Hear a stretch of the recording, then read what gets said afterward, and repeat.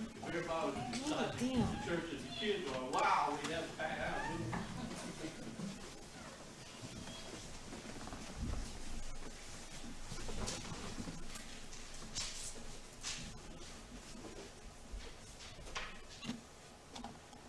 The title of our message is Having Faith in the Storm. I'm going to begin reading scripture taken out of Mark chapter 4, and I'm going to read like 35 to 44. Oh, and I want to dedicate this message to Brandy Mauser if you listen to this. Lord to be right there too, man. Mark chapter 4, 35.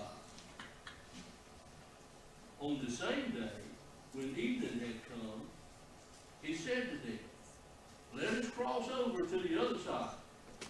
Now when they had left the multitude, they took him, that's Christ, along in the boat as he was. And other little boats were also with him.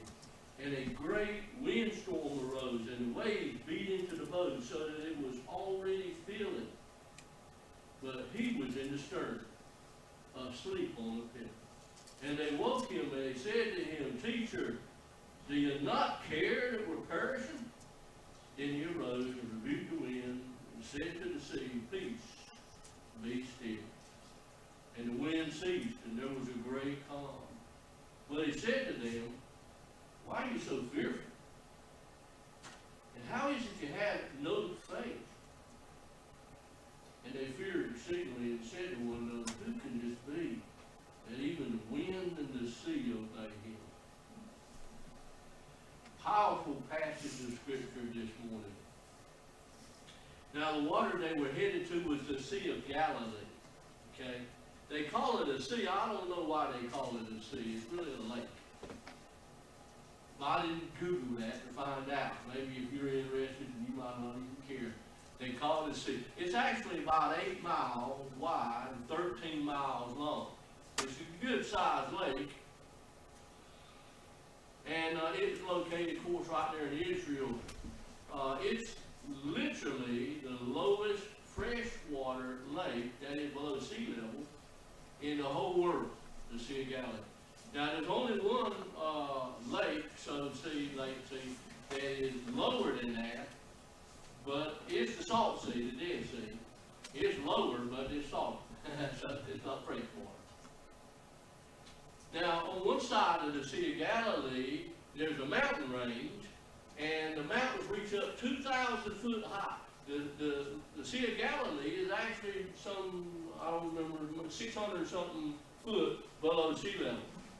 So what happens is, at times, the cold air rushes off the top of the mountains and swoops down on the Sea of Galilee and hits all that warm air and forms violent and sudden storms. Why don't you put up the Jesus boat there for us? In 1986, a couple, I think they were like amateur archaeologists, the sea was at a low point because of dry conditions, and they found on the shore the remains of a boat. It had kind of washed up, and so they contacted Israel's Antiquities. They're the ones that do all the archaeology in Israel, and they uncovered this, and I think they waxed it, and they put it in a museum.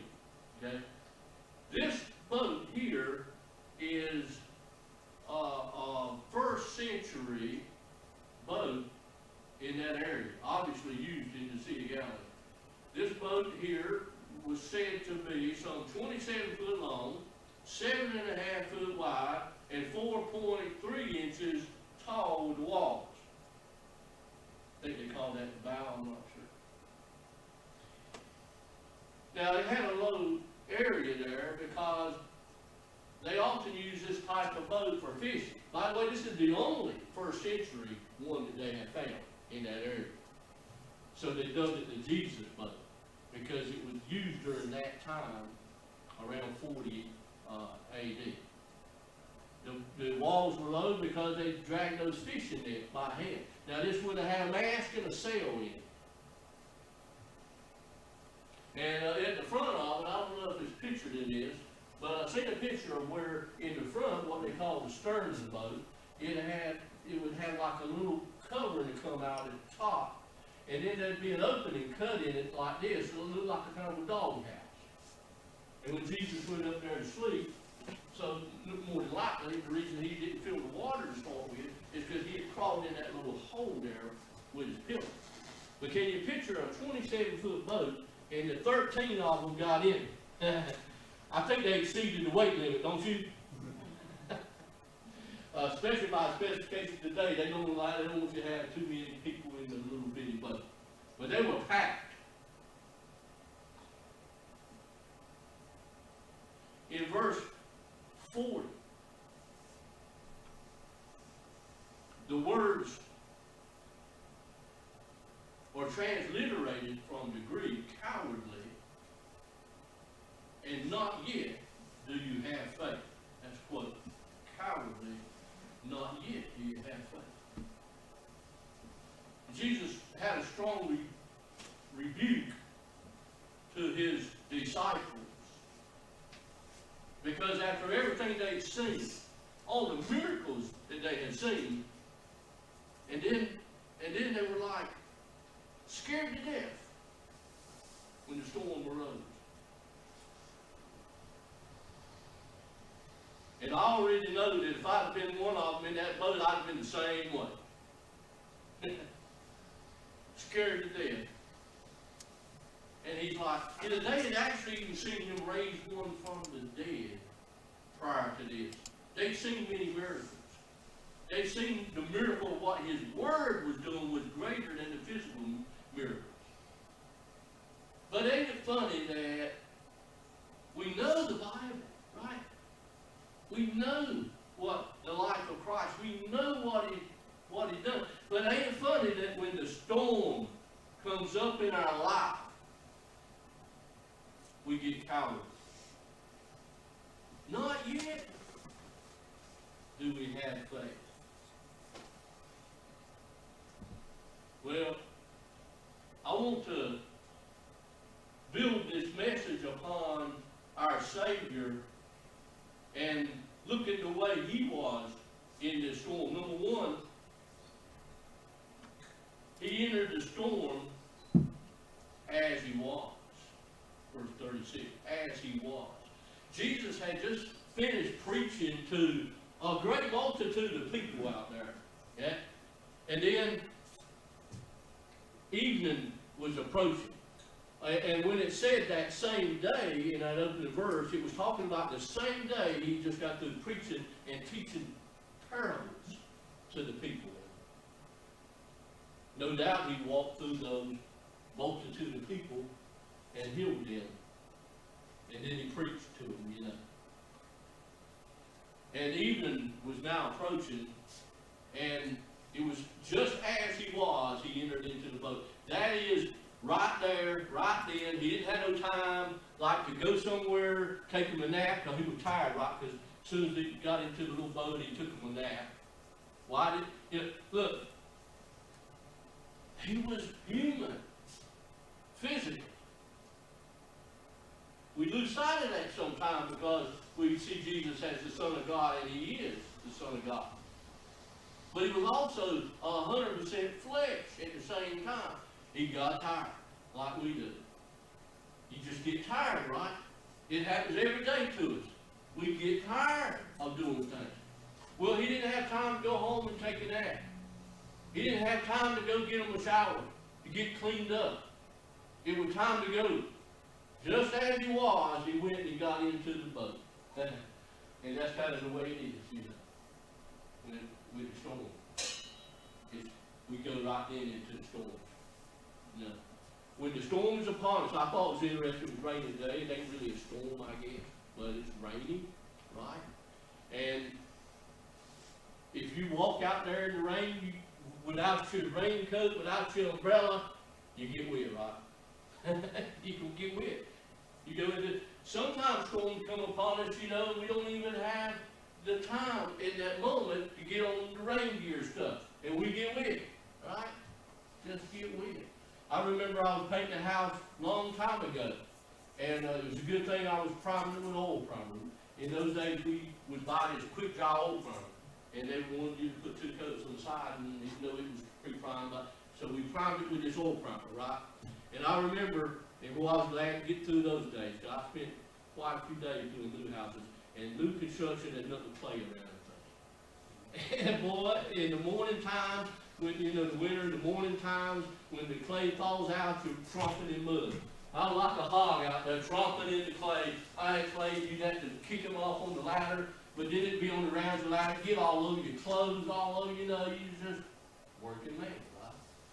But I remember I was climbing up a high ladder, and I remember spraying the back of the house. It's 2-story, and it had the prefab chimney, and I was up there on a high ladder, and I knew it was cloudy and everything, you know, but all of a sudden, like I was all the way up there with a spray gun in my hand, and all the tools out at the top of the ladder, and it just dropped. The rain. I sprayed inside, but the good thing, I sprayed oil primer so it didn't mess it up. If it had been latex, it'd have washed every bit, it would ruin the whole house. But oil, it just be dried off of that, you know, water on mixed with oil. Well, it was too late to do anything but step down off the ladder. I stepped down the ladder so we went into the house, and I'm like, rain, you know. We entered the storm as we are, so we don't know when the storm's coming. Right? The only thing we can do to prepare for an upcoming storm in our life. You know what a storm in your life is? Well, that's when you're going to go through something that can hurt. On the inside, usually. Sometimes on the outside, sometimes it's physical. Storms are something that come in our life that can hurt us, or may even take our life. It may even be critical. Something that hurts you outside or inside, that's a storm. And the only way we can prepare for a storm, because we enter storms just like we are, because we don't know the minute that they're coming. We don't know what's going to happen tomorrow. The only way you can prepare for it is prepare today. You have to prepare right in the here and now. You got to be daily prepared for the storm, because it's too late to wait till tomorrow. Then the storm is upon you, and you go through it just like you all did. You can't say, "Oh, wait a minute, car don't break down. I got to first go back and get the manual for it." No, it doesn't tell you when it's going to happen. So we have to study and prepare today. That means reading the Bible today. That means praying today. That means, you know, trying to stay close to the fellowship of the believers and trying to stay close to God each day, because we don't know when the storm is coming. But we all have storms in our life. There's no doubt about that too. He weathers the storm with us. First, he weathers the storm with us. He got in the boat with his disciples. You know, I also thought about, you know, there he was with the multitude, and he left the multitude, right? He was there with them, he left them. And I know if I'd have been one of them in that multitude that was listening to Jesus, I'd be like, "Where's he going, man? He's gone. The teacher's gone." They had their chance with him, right? They had their time with the King of Kings, the miracle worker. They had their time, but he wasn't going to stay with them. You know, he could have stayed on with them, right? But he didn't. He got into it, but he had to leave. He said, "Let's go to the other side." And they were not there alone. A sudden storm came up while they were in his boat. And water was just washing over the walls. It was evening time. You know, it's like, I just tell you, I've been scared myself. I've been afraid. Number one, I don't want to be in no boat at nighttime out there on the water. I don't really want to do that. And they didn't have, you know, like the lights like we have today, right? There weren't no headlights or nothing. I mean, they may have had a lantern or something. That wasn't a lot of light. They're out there in the pitch dark, right? No, I mean, you know, we don't even know what pitch dark is hardly unless you just go outward and no lights at all, right? Pitch dark. If the moon ain't shining or something, that's pitch dark, you know. No light coming from anywhere. You know, in our towns, you know, in our houses, we got these street lights and stuff everywhere, and we got some kind of light out there, you know. They want no light out there, except whatever little lantern they had in the boat. I've been scared. They'd go out there in that deep water in the dark. And they did it, then the storm comes up, right? They just got through being out there being fed by the master. I mean, they were on the mountaintop hearing the words of life. And now they're out there tossed in the sea in the midst of a storm. But Jesus was with them. And if you and I choose, Jesus will be with us too. We don't have to weather the storm alone. He'll be with us. And I found these words in John chapter 14, 16 through 18. Jesus was speaking. He said, and I will pray the Father, and he will give you another comforter or helper, Paracletus, that he may abide with you forever. The Spirit of truth, whom the world cannot receive, because it neither sees him nor knows him, but you know him, for he dwells with you and will be in you. And I will not leave you orphans, I will come to you. Jesus told his disciples, I'm not going to leave you like a bunch of Christian orphans without parents. I'm not going to leave you parentless, spiritually speaking. And there are people all around us that are spiritual orphans, right? Because they're not children of the Messiah. He said, I'm not going to leave you that way. Once you come to me, and if you want something to do with me, yes, I've got to go back to the Father, but I'm not going to leave you all by yourself. I'm going to leave the Holy Spirit with you, the helper, the comforter. He brings comfort to you if you go to him. No, you don't always take the storm away. Huh? But it won't leave you by yourself. He never leaves you alone. He's with you in the boat. We got to grasp that concept, folks. Because not only have there been storms in our life in the past, there's going to be more storms are coming. Storms come suddenly. And he is with us. Got to believe it. Got to take hold of it. Number 3, he moved forward despite the storm.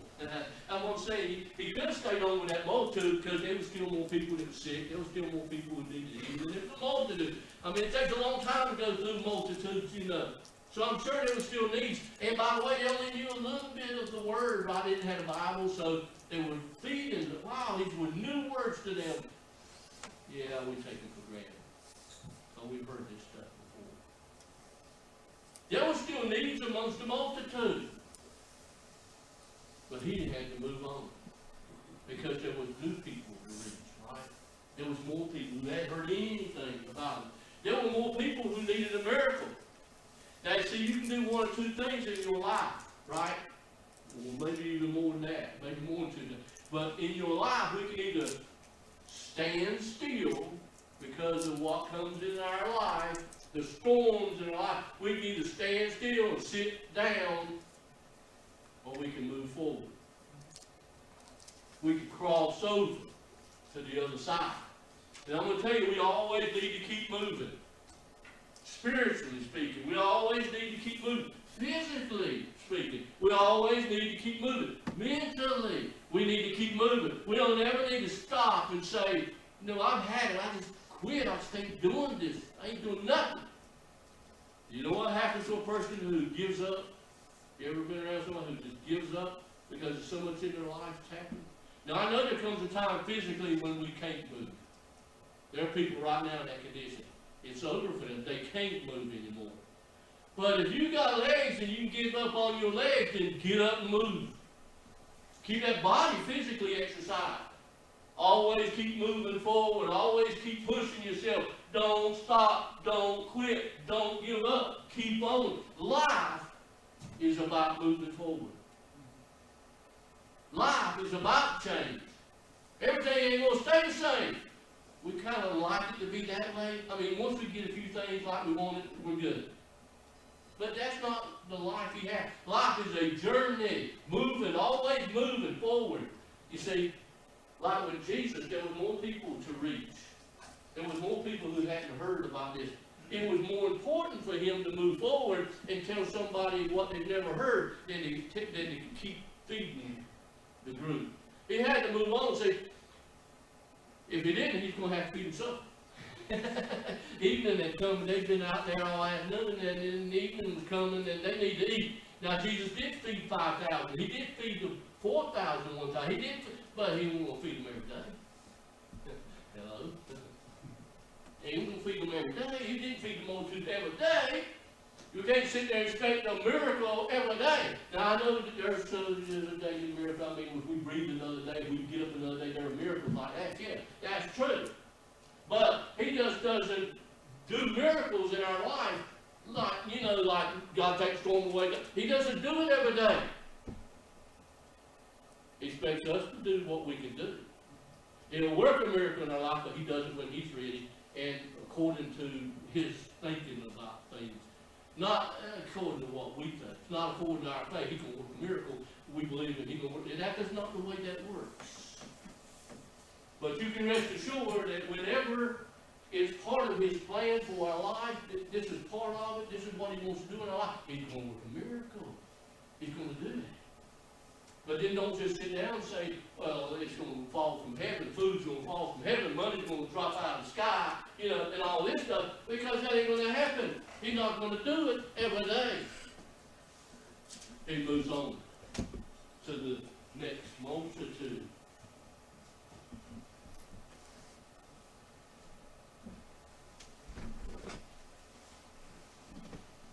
Number 4. Jesus sleeps in the midst of the storm.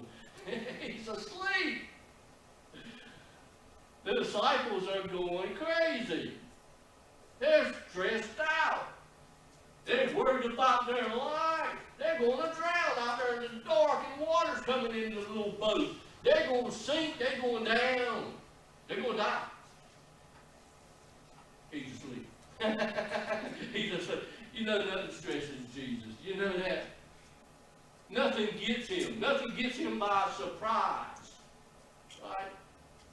He's God. You study the life of Christ in the gospel. He never stressed.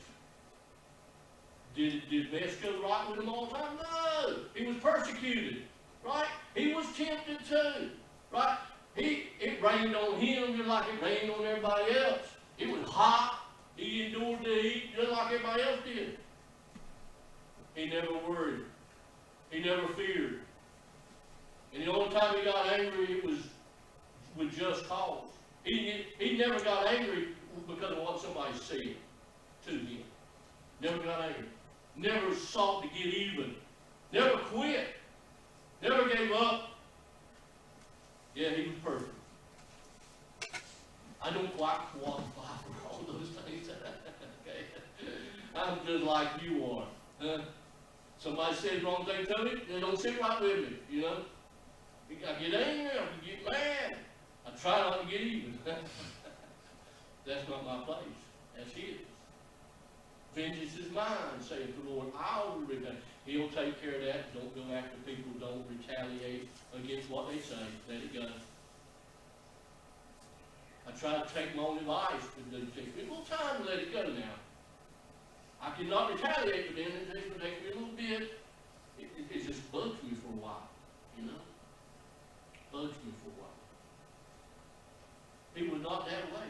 I'm not like him. He always done the right thing. Always. That's why he is God and I am not. Worship him. Number 5, he does care. He does care in the storm. His disciples woke him up. Don't you care? What kind of God are you? Right? You don't even care about us. We're dying out here, Jesus. Hey, we're dying out here. You asleep. He was asleep. He was cool, boy. He was cool, calm, and collected, boy. He was cool, man. He was cool as they come. He wasn't worried about it.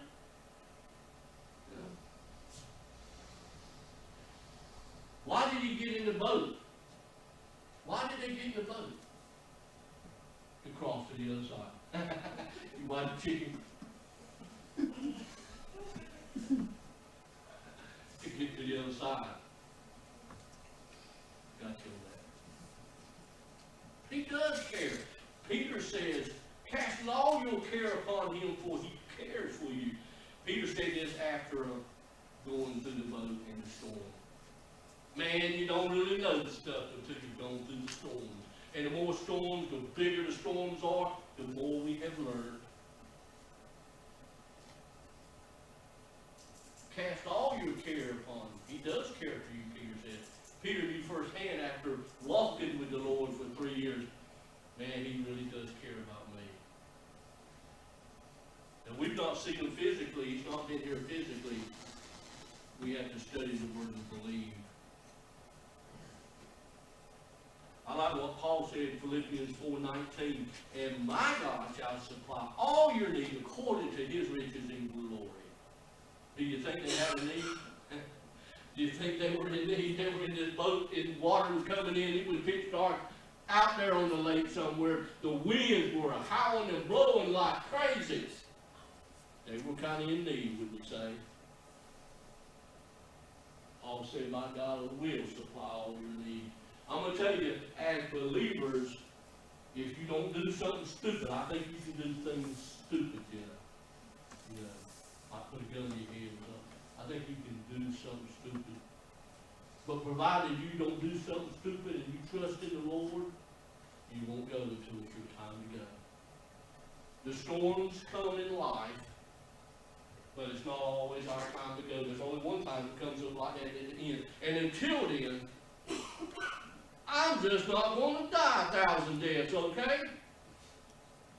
Some people die every day because every time the storm comes into their life, they can't stand it. It just stresses them down to the max. I ain't living like that, okay? I just ain't going to live that way. I'm not going to say I don't never stress, but I just ain't going to let everything get to me, okay? I'm going to be happy-go-lucky as much as I can. I'm going to live like I'm high on Jesus. That's right. Amen. I just want to be high. I don't want to be high through crack cocaine, through meth, or through alcohol. I want to be high on Jesus and high on life. I ain't going to let everything stress me out.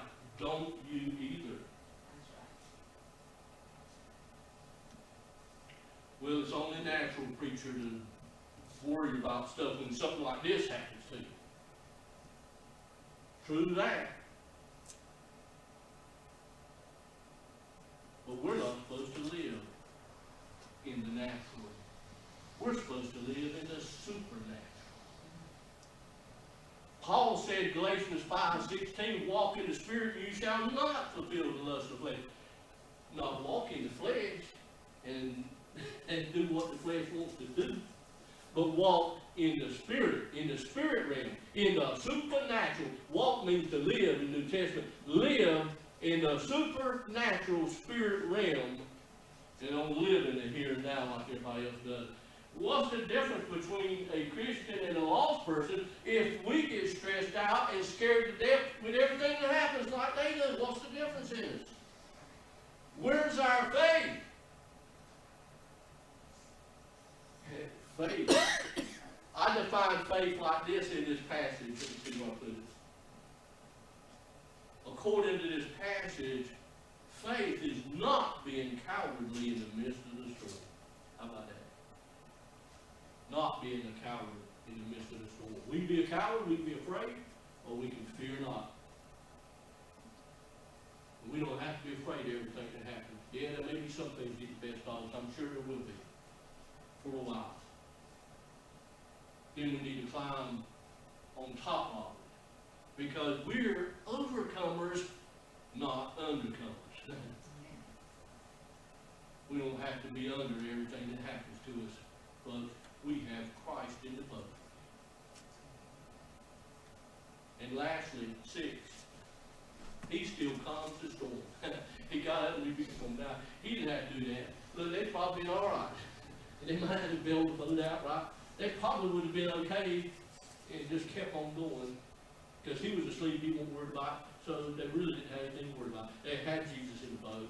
They could have just, and really that's what they should have done. That's what they were supposed to do. They were just supposed to keep on going in the boat. They would have been, the winds would have calmed and they'd have been all right. They'd have made it to the other side somehow or another, you know. But they called on Jesus, and Jesus had compassion and mercy on them. And he stood up and he rebuked the water. He said, "Peace, be still." And he calmed the storm. And he does that in our lives too, you know. He calmed storms within us. He did right immediately after this. When he went to the shore, one met him from the tombs. He lived in the graveyard. He lived in the graveyard. He was demon possessed. He was full of the devil. And he came to Jesus. And Jesus cast the demon out. You know, sometimes I wish he'd just cast every devil out of me sometimes. Just free me up from every temptation. Free me up from things that I'm vulnerable to. Just take it all away. And he did this, man. He took it all away from him. He calmed the storm brewing on the inside of the man. You know, I read just the other day that it was written by somebody that the biggest storm we face are the ones within, right? Not the ones without. We all worry about all them bad circumstances that happen, and I understand that, and I do too at times. But we really have more to worry about with our own self than we do what's out there. We're trying to keep ourselves straight. My biggest job is keeping Archie straight. That's what's so more about keeping you straight. You keep yourself straight. You do the best you can to keep your own self straight. I'm just trying to keep myself straight. And if we all do that, we'll all be better off, won't we? Some folks all worried about somebody else all the time. They always got the nose where it don't belong. And they need to stop, and they need to worry about their own self. That's right. Get your own self right. How's that for good news? He calms the storm. He heals. He don't keep the storms from coming. Hey, storm's going to come. The storms are coming. We're going to have another storm coming. Perhaps soon. None of us like it, none of us want it. But he's okay with it. He's okay with it. He sleeps in the storms. Storms coming. Prepare yourself today. Today. Because one day the biggest storm's going to come in our life. We're going to be at the end of the journey. Too late to prepare then. Do it today. Get right with him today. If you're not right with him, do it today. Don't put it off. Maybe too late. Let us stand and close out with our closing song.